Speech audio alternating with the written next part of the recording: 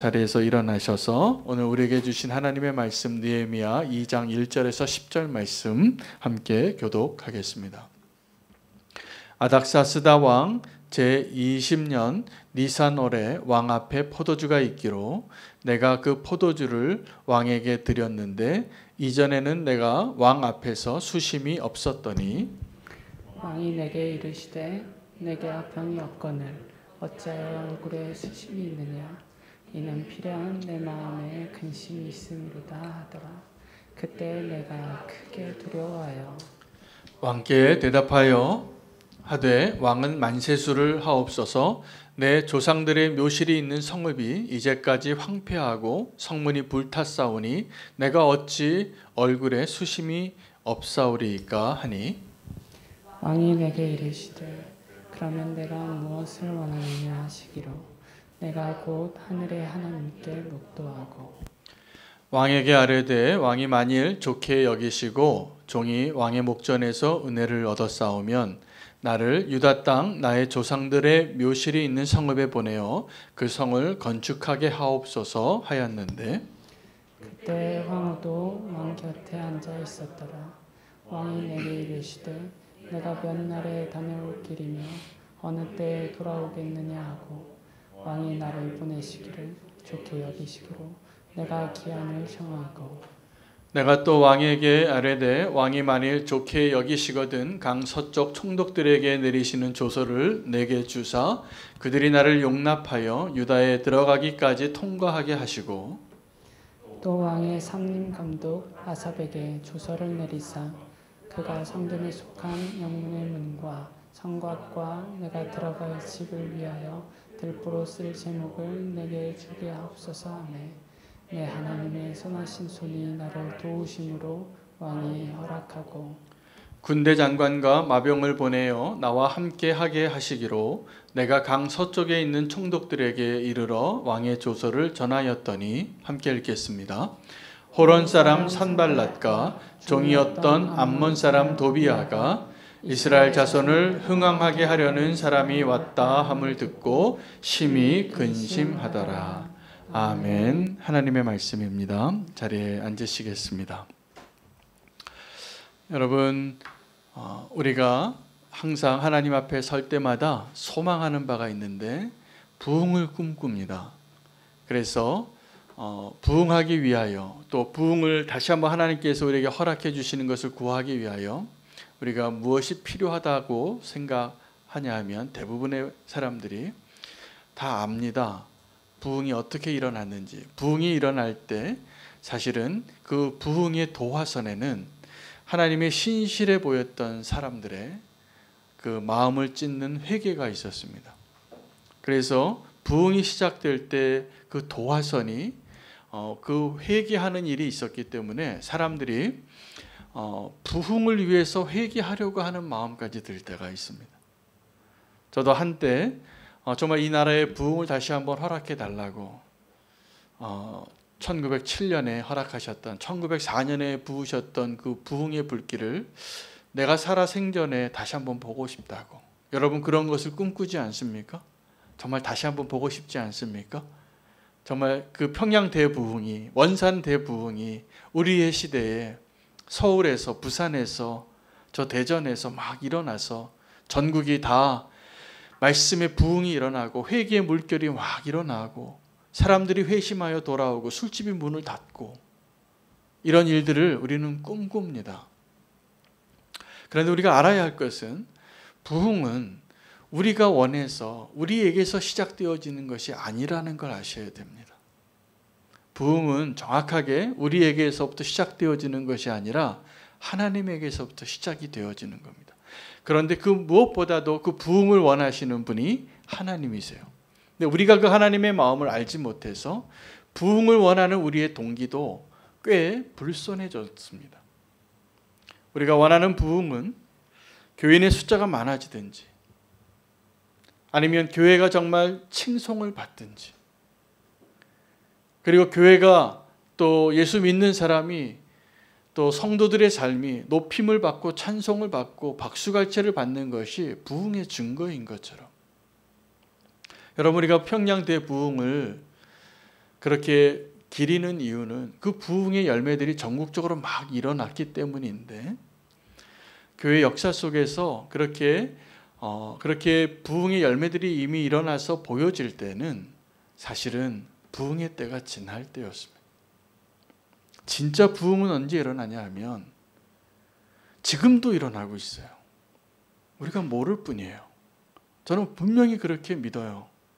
부흥이 지금 우리가 알지 못하는 가운데 어떠한 개인에게서, 어떠한 도시에서, 어떠한 시대에 놀랍게 일어나고 있는데 진짜 부흥은 보이지도 않는 거예요. 그러나 하나님께서 그 부흥의 역사를 계속 중단하지 않고 하나님께서 부흥의 역사를 써 오셨기 때문에 지금 저와 여러분이 존재합니다. 정확하게. 그 부흥의 불길의 열매가 다른 것이 아니라 저와 여러분 같은 사람이 지금 예수 믿고 예배하고 있다라는 증거예요. 우리는 이전에 큰 부흥의 역사들을 보면서 그 부흥의 열매들을 꿈꾸고 그 부흥의 아름다운 이야기들, 역사들의 그 기록들, 그것을 꿈꾸고 지금 우리가 동방의 예루살렘 되고 싶어서 그것을 꿈꾸는데 정말 하나님이 원하시는 부흥이 그런 모습으로 올까? 오늘 한번 생각해 봐야 할 것 같습니다. 느헤미야는 하나님의 부흥의 역사의 주인공이에요. 성경에 기록되어진. 그래서 무너진 예루살렘을 향하여 그가 안타까운 마음으로 수산성에서 자기는 아쉬울 게 하나도 없고 안전한 땅에 있으면서 안락하고 평화의 시대를 살고 있으면서 저 무너진 예루살렘을 향하여 마음이 아팠어요.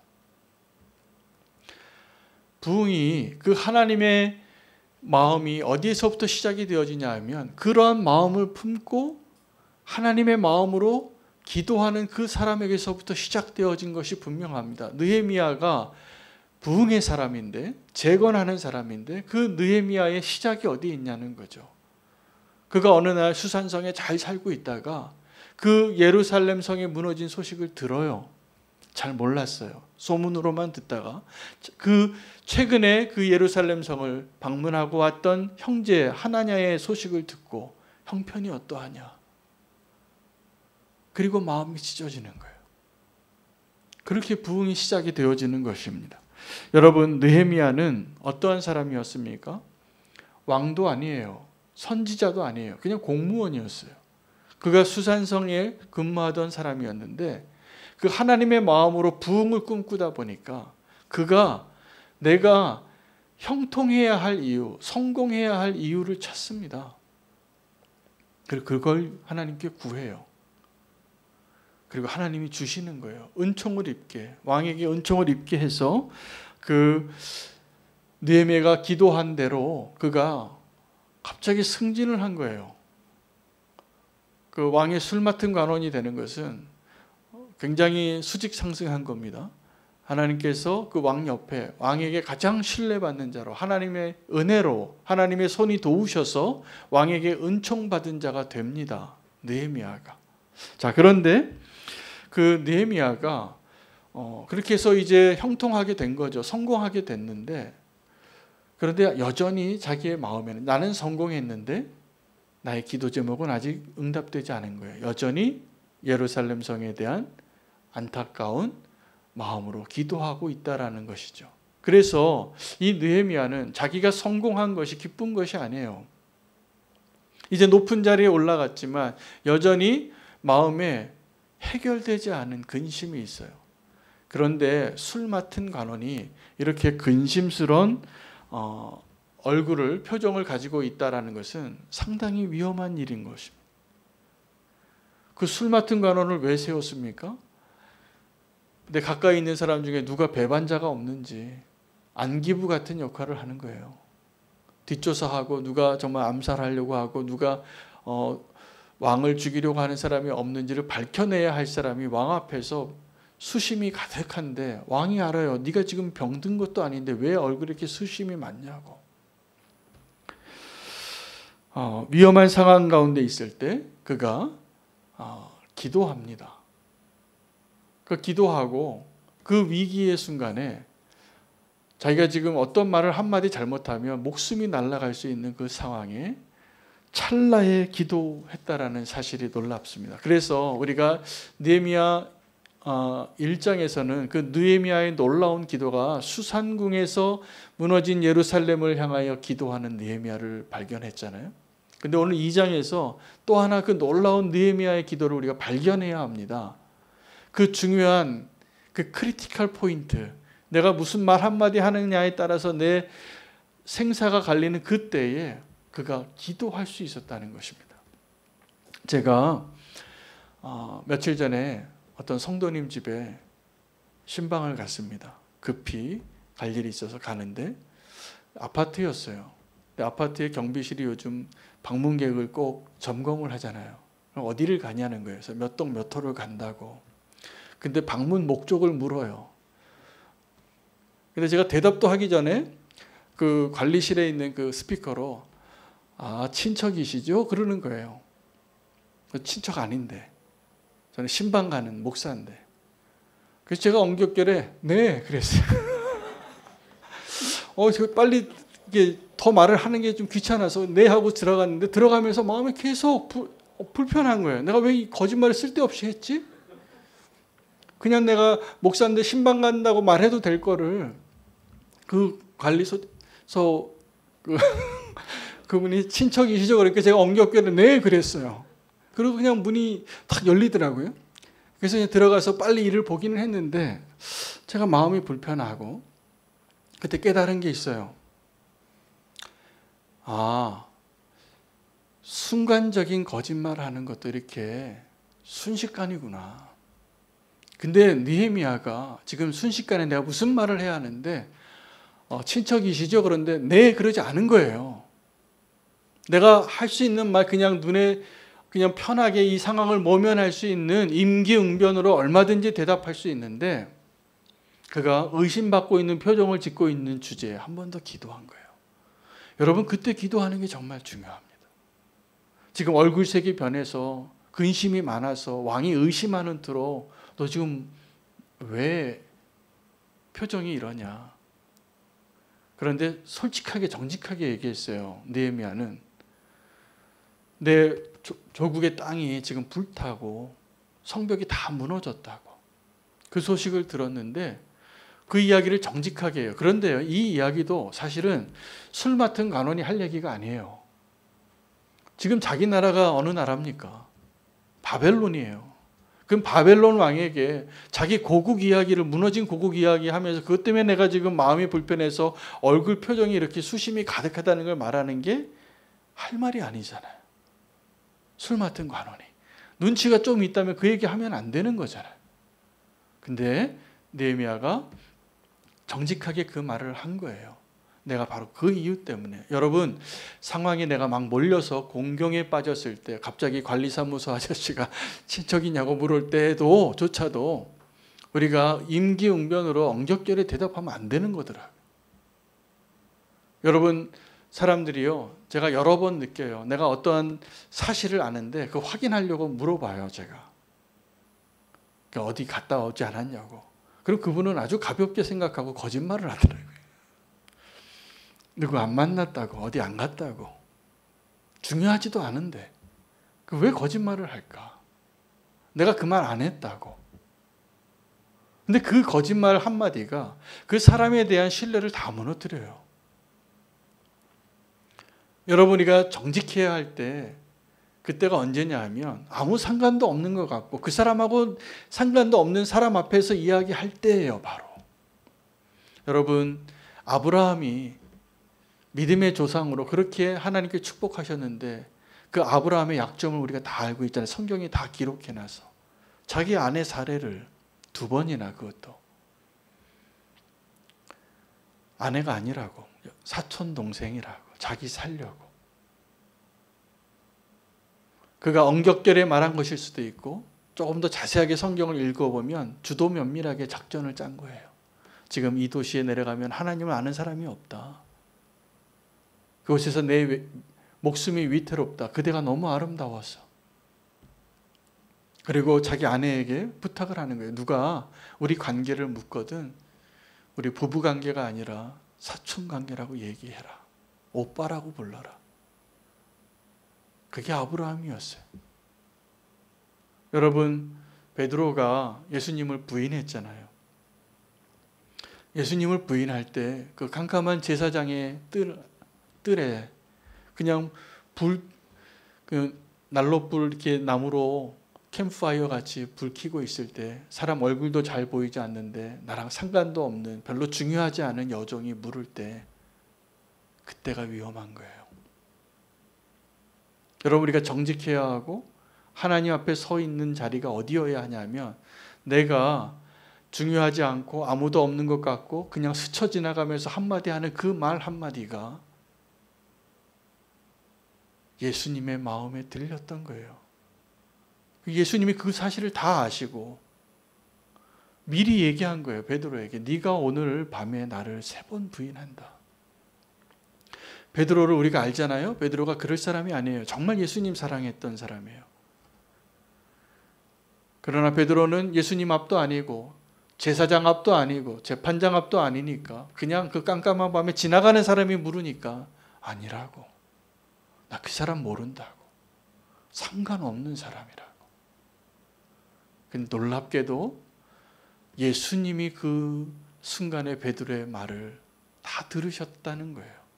그걸 아셨다는 거예요. 그걸 미리 아시고 그게 마음이 아파서 네가 오늘 나 3번 부인한다. 여러분, 우리가 아무도 없는 곳에서 그 사람과 상관없을 때 하는 말을 조심하십시오.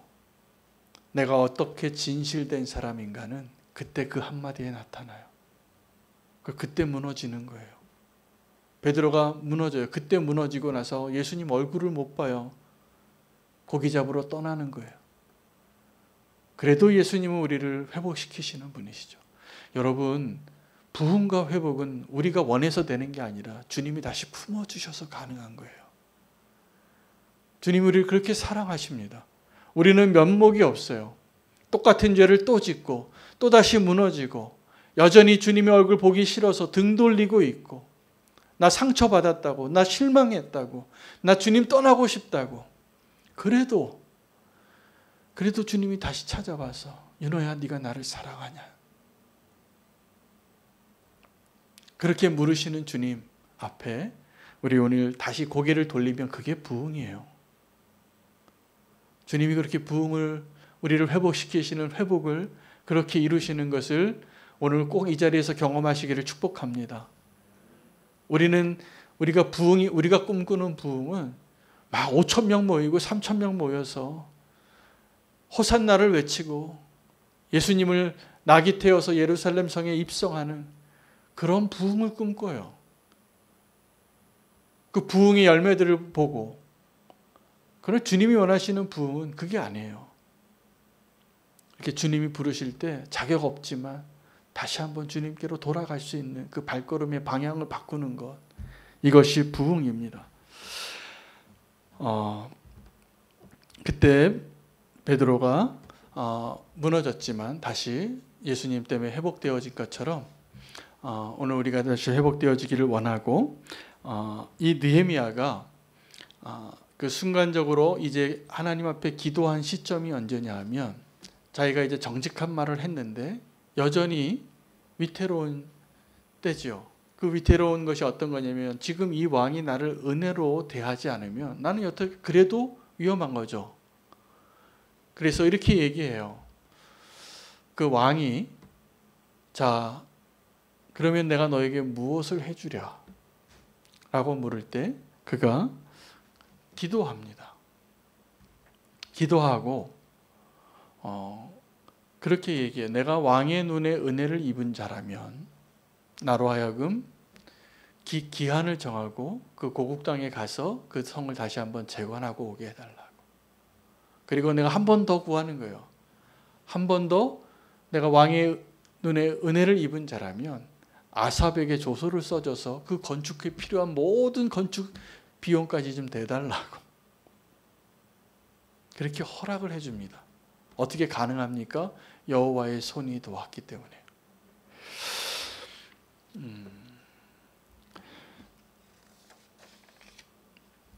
저는 그 느헤미야가 왕 앞에서 자기의 위기를 다시 한번 기회로 바꿀 수 있었던 그 담대함, 그것은 하나님의 부흥을 꿈꾸는 자에게 필요한 용기라고 저는 생각이 들었습니다. 여러분, 우리가 하나님의 부흥을 꿈꾸신다면 오늘 이 느헤미야의 기도와 이 느헤미야의 용기를 구하는 자 되시기를 축복합니다. 그가 그것을 기도했기 때문에 바랄 수 없는 중에 바랄 것을 구한 거예요.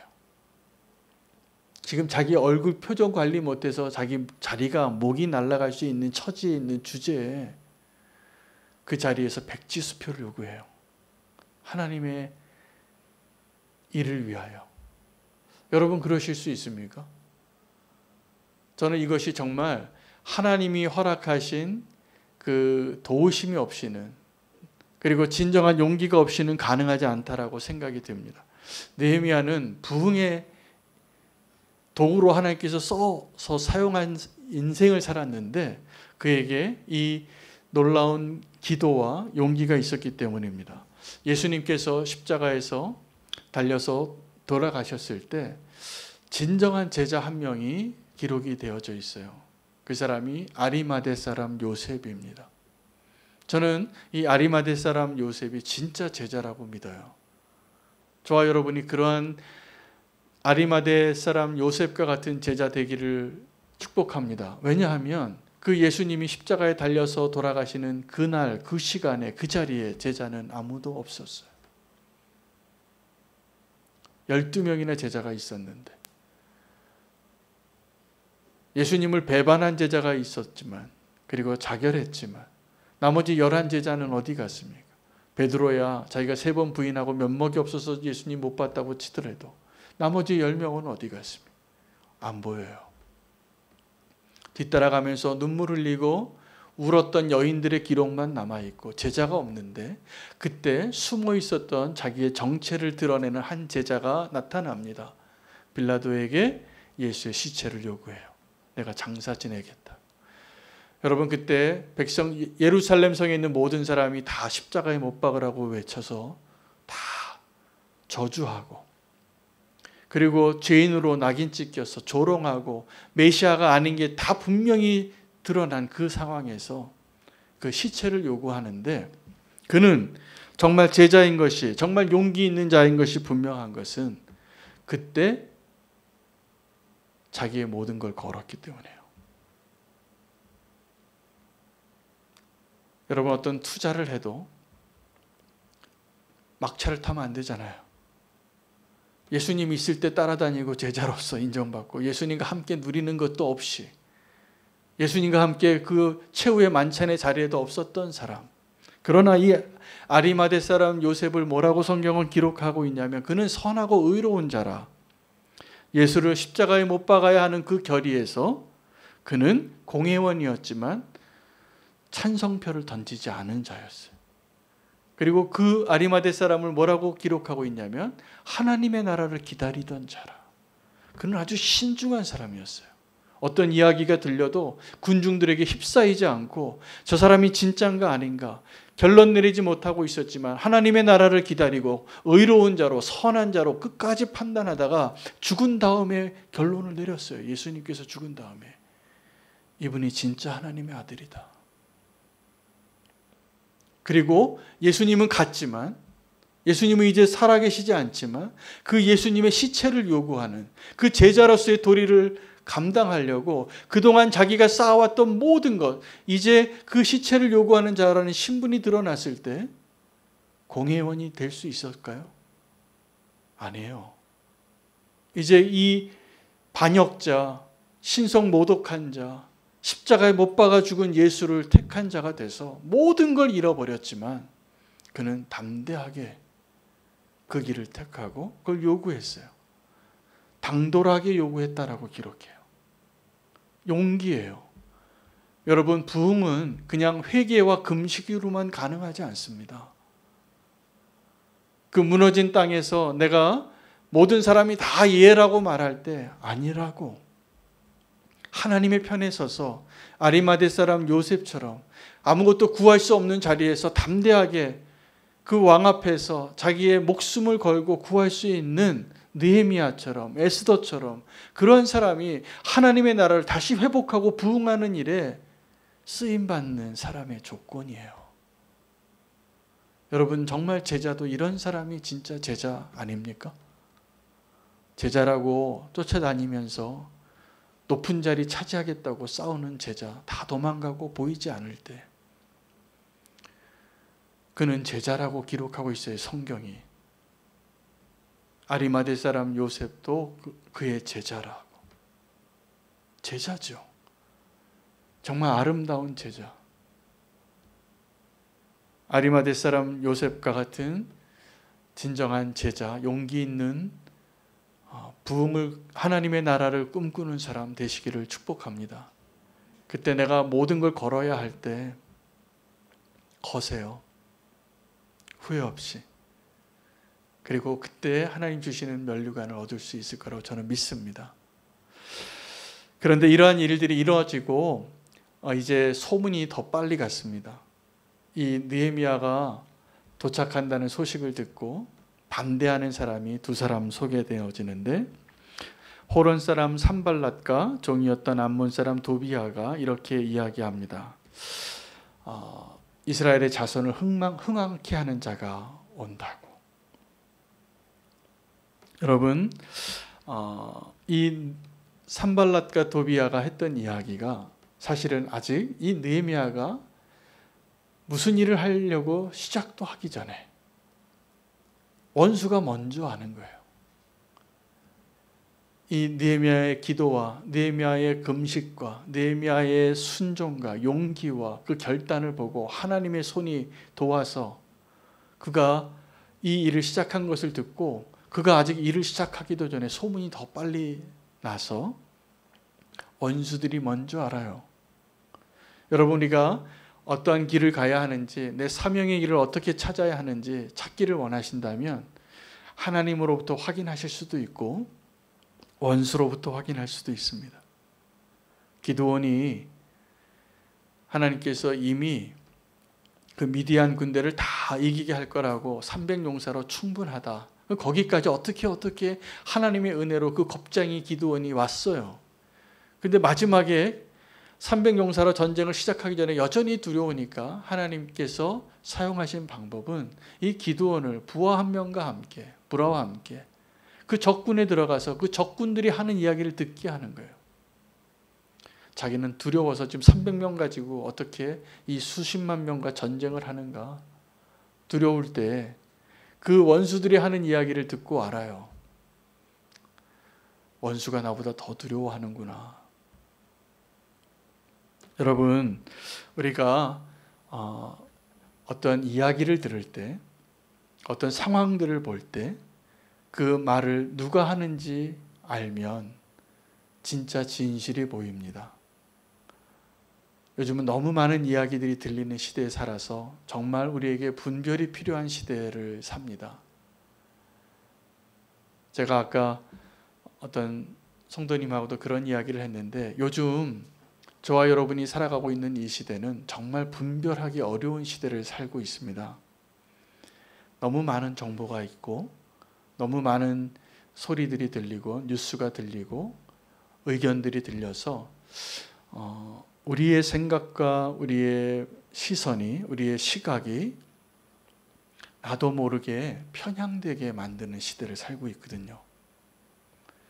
그래서 SNS나 인터넷이나 페이스북이나 유튜브나 이런 것을 볼 때 여러분 잘 분별하시고 들으시기를 바랍니다. 뉴스를 들어도 요즘은 얼마나 우리나라 사회가 지금 양극화되어 있습니까?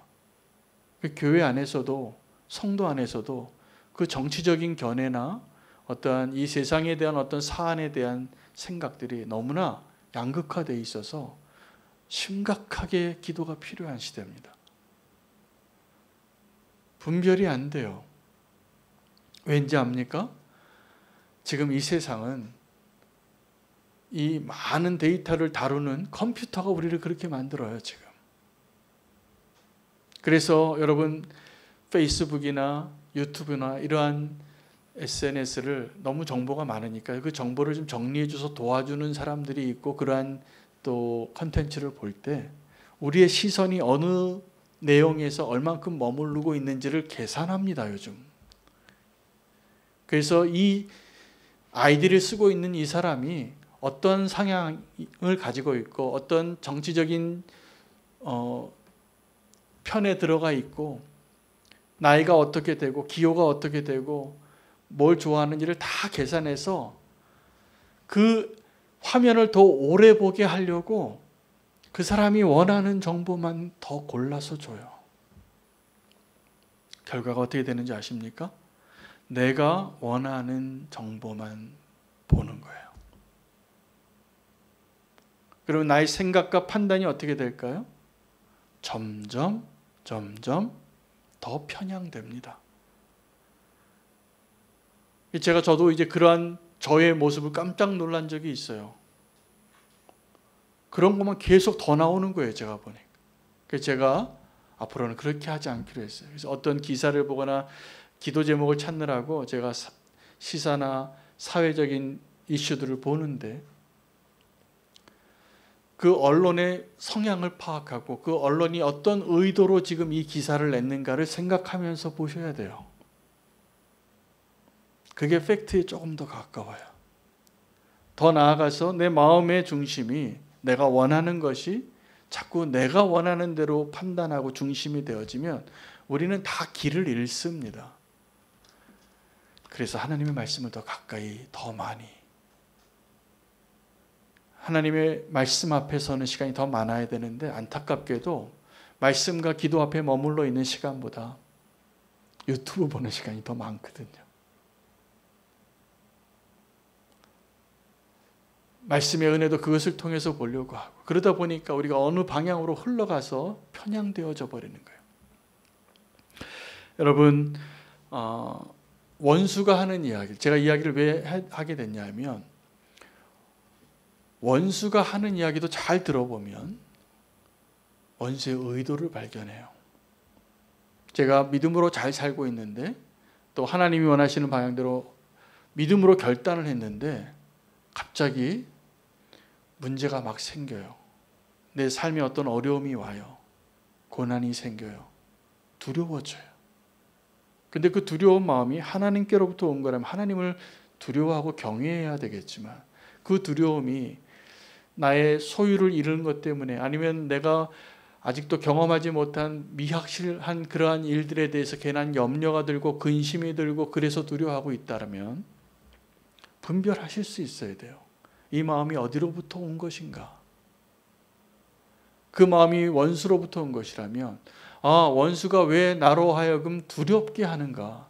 내가 만약에 지금 여전히 원수의 손아귀 안에 있는 자라면 그냥 내버려둬도 될 텐데 내가 믿음으로 반응하고 믿음으로 살려고 할 때 나를 두렵게 하는 일이 생긴다. 자꾸 나에게 어려운 일이 생긴다. 원수가 원하는 게 뭘까요? 우리를 겁주는 거잖아요. 그 일 못하게, 믿음으로 사는 거 중단하게. 근데 우리가 그걸 거꾸로 해석해 보면 내가 지금 이 일을 하나님이 원하시는 대로 하고 있는데 원수가 나를 자꾸 두렵게 하네. 상황이 나를 자꾸 더 어렵게 만드네. 안 좋은 일들이 생기네. 여러분 정확하게 그때 그 일을 해야 될 일이에요. 원수를 낙심시키십시오. 믿음으로. 반대 정신으로 행하십시오. 이 느헤미야가 이 산발랏의 이야기를 듣고 도비아의 이야기를 듣고 그들이 두려워하는 것을 듣고 확신을 가졌을 거라고 제가 확신해요. 그 소문을 듣고 이 일을 자기는 정말 눈물 흘리고 이 일들을 자기가 할 수 있는 게 아무것도 없어서 하나님의 은총을 입고 그 자리까지 왔고 그렇게 갔는데 대적자들이 나오네. 그리고 그 대적자들이 하는 이야기를 통해서 사명을 발견합니다. 그리고 정말 이스라엘 민족을 흥왕케 하는 자가 됩니다. 저항하는 거죠, 그들은. 여러분, 복음은 저와 여러분의 삶을 바꾸는 능력이 있습니다. 여러분, 우리가 복음 앞에 살고 복음에 참여하는 자가 될 때 우리가 변화하는 것이 두렵다면 다시 한번 하나님 앞에 내 삶의 동기와 모습을 점검할 필요가 있습니다. 우리 변화에 대해서 이야기할 때 사람들이 두 종류로 나누어집니다. 변화를 요구하는 사람이 있고 변화에 대해서 저항하는 사람이 있습니다. 제가 젊었을 때는 참 변화에 대해서 요구하는 자였던 것 같아요. 그래서 제가 변화 이야기를 어떤 조직 안에서, 단체 안에서, 관계 안에서, 교회 안에서 많이 이야기했습니다. 이거 바뀌어야 된다고. 근데 제가 이제 좀 알게 되는 게 있는데 변화에 대한 요구가 나에 대한 건 아니었어요. 우리는 어떤 변화에 대해서 이야기할 때 상황이 바뀌어야 된다고 이야기하고 누군가가 바뀌어야 된다고 이야기하고 그것이 복음의 능력이 되어야 된다고 이야기하는데 사실은 복음이 능력으로 드러나야 할 장소는 그곳이 아니에요. 복음의 능력이 드러나야 할 장소는, 부흥이 경험되어야 할 장소는 정확하게 저와 여러분의 마음입니다. 우리는 하나님, 저 예루살렘 성이 무너졌습니다. 저 북한 땅이 무너졌습니다. 하나님, 이 한국교회가 이렇게 타락했습니다. 부흥을 허락해 주세요.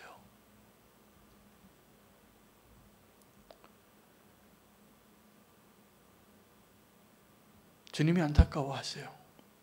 주님 뭐라고 얘기하시냐면, 그래 나도 부흥을 원한다. 근데 부흥이 일어나야 할 장소가 북한 땅이 아니고 한국교회가 아니고 정확하게 네 마음이다.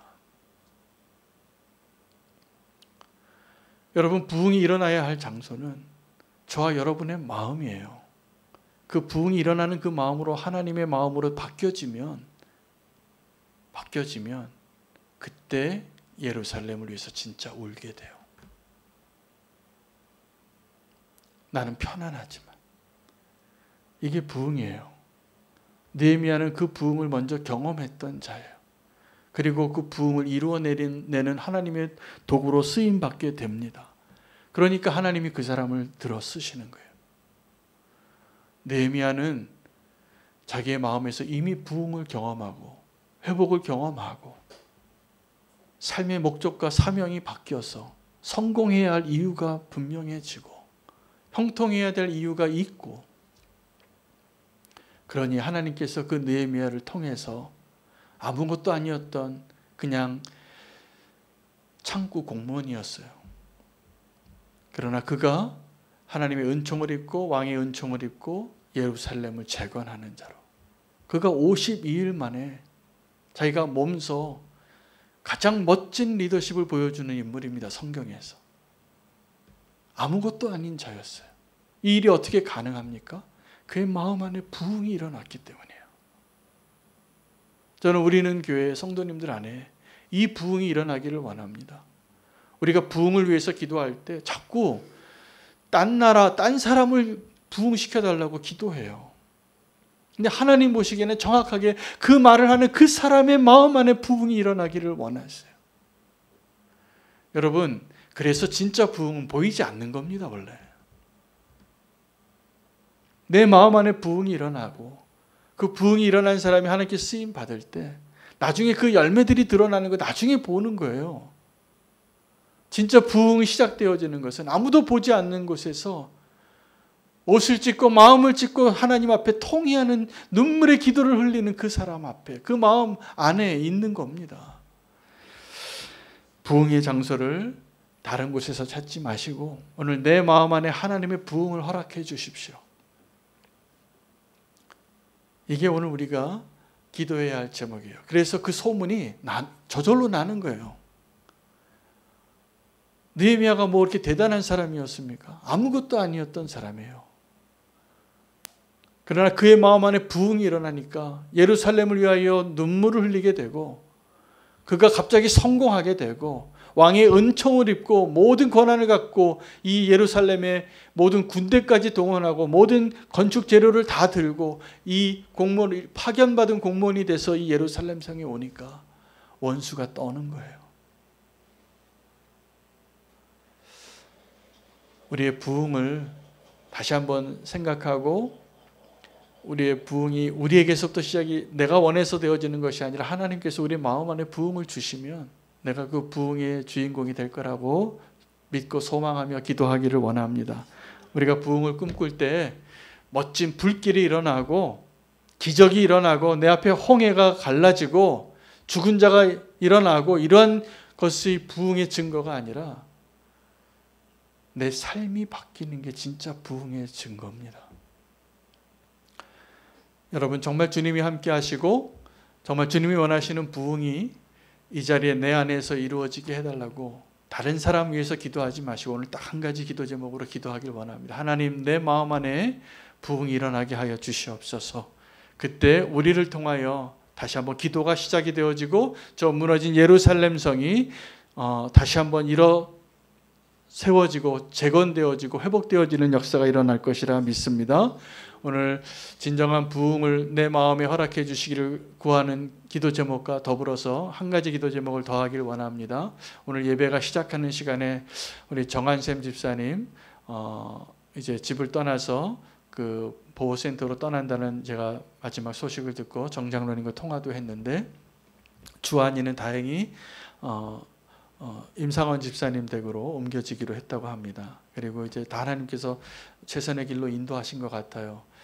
우리 교회가 교회 차원에서 우리 임정건 집사님과 정한샘 집사님 그리고 그 가정을 위해서 함께 기도하기를 원합니다. 마음을 다하여 하나님께서 그 사랑의 기도를 통하여 또 회복시키시고 보호하시고 또 그 기도의 불길이 우리의 마음 안에 내 자신 안에 부흥의 불길이 되게 해달라고 정말 사랑의 기도를 회복시켜 달라고 함께 주의 이름 부르고 이 시간에 부흥을 꿈꾸며 내 안에 부흥을 허락하여 주시옵소서. 주의 이름